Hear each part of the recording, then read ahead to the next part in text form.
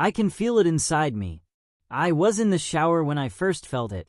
Welcome to Econightmares, where the scariest horror stories aren't just fiction. Tonight, we bring you a nightmare that isn't just a story. It's real. At first, it was subtle, a sharp, scratching sensation just beneath the surface of my skin. It wasn't an itch, and it wasn't a rash. It was something deeper, more unsettling. Tiny, almost invisible movements, like grains of sand shifting under my skin. I rubbed my hands over my arms, my stomach, my legs. Nothing. No bump, no rash, no signs of anything unusual. But I could feel it. I could feel something moving inside me, settling, like it was finding a place to rest. It started on an ordinary evening. I was in the shower, the water warm against my skin, the steam fogging up the bathroom mirror. It was peaceful, almost relaxing. But then, a strange feeling washed over me. I told myself it was just stress. Maybe I was exhausted. But the feeling wouldn't go away. It stayed with me. That night, as I lay in bed trying to sleep, the sensation turned sharper. I couldn't ignore it any longer. It was as if the thing inside me had shifted, moved further under my skin. I tried to push it from my mind, but the sensation kept growing. That's when I saw it. Tiny specks in the water running down the drain. Almost invisible, but they were there, swimming in the stream of water, heading for the pipes. I leaned in closer, staring at them in disbelief. They were so small, but they were real. I shook my head, hoping it was just my mind playing tricks. But as I lay in bed that night, sleep eluded me. I woke up gasping for air. My throat felt dry, my lungs raw. I coughed, deep and hard, and for a split second, I thought I saw something on my tongue. Something small, something shiny. I gagged, convinced it was just a bad dream. But when I looked in the mirror, it wasn't just a bad dream. It was real. It wasn't dust. It wasn't spit. It was plastic. I thought maybe it was just a one-time thing, a fluke. But then I started noticing it. Everywhere. In my water bottle. Floating in my coffee cup. Sticking to my food like some kind of invisible film. It was on my plates, in the air, in the dust on my countertops. At first, I thought it was just in my head, but then I realized this wasn't just me. It was everywhere, and it was inside me.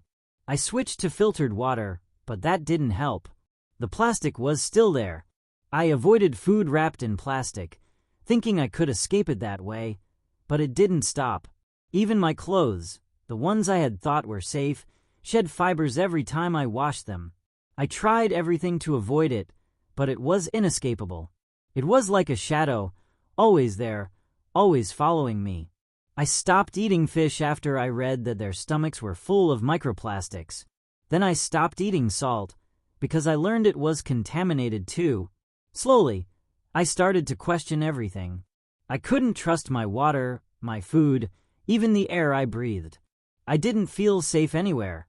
I kept thinking, maybe if I just stop using plastic, I'll be fine. But the more I tried to avoid it, the more it seemed to find me. Everywhere I looked, there it was, lurking in the corners of my life. I realized that no matter how much I tried, I couldn't escape it. It was inside me, and it was inside everyone. There was no way out. I went to the doctor when the pain started. It felt like shards of glass grinding inside my stomach, sharp and relentless. I thought maybe I had food poisoning, or maybe something else was wrong. But after a bunch of tests, they told me everything was fine. Nothing was wrong. They sent me home with some pills, said it was probably just stress or something related to my diet. But I knew something wasn't right. I could feel it, the plastic moving inside me. That night, in a panic, I grabbed a magnifying glass.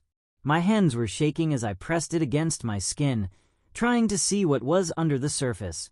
I rubbed my forearm, searching, hoping it was just a trick of my mind. But then, under the dull glow of the bedside lamp, I saw it, something glinting just beneath my skin. It was small, almost invisible, but it was there. I dug my nails into my skin, desperate. I scratched and scratched until a tiny clear shard popped out. It was plastic. Real, microplastic. I held it between my fingers, shaking. It was inside me. It had been inside me the whole time. I stared at it, feeling a wave of disbelief and horror. How had it gotten there? How long had it been inside me? And how many more of these microplastics were still hidden deep within me? I tried to warn people.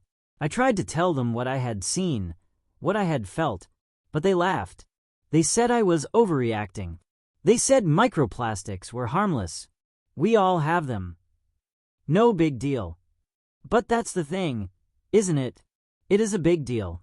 Because it's not just about the plastic. It's about what it's doing to us. To our bodies. To our future. They're inside us. In our blood, our organs. And if they're inside us, what are they doing to us? What will they do to us over time? I don't sleep much anymore. I don't eat much either. My body feels different now, like it's changing in ways I can't explain. I don't know what's happening to me, but I can feel it. And sometimes, when the house is quiet, I swear I can hear it. A soft, whispering sound. Like plastic crinkling. Like something moving inside me. I don't know how much time I have left. But I know this. Once the plastic is inside you, there's no going back. Once you see it, once you feel it, you can't unsee it. You can't unfeel it. If this story made you think, like, share, and subscribe to Econightmares. Stay safe. Stay aware. And I'll see you in the next nightmare.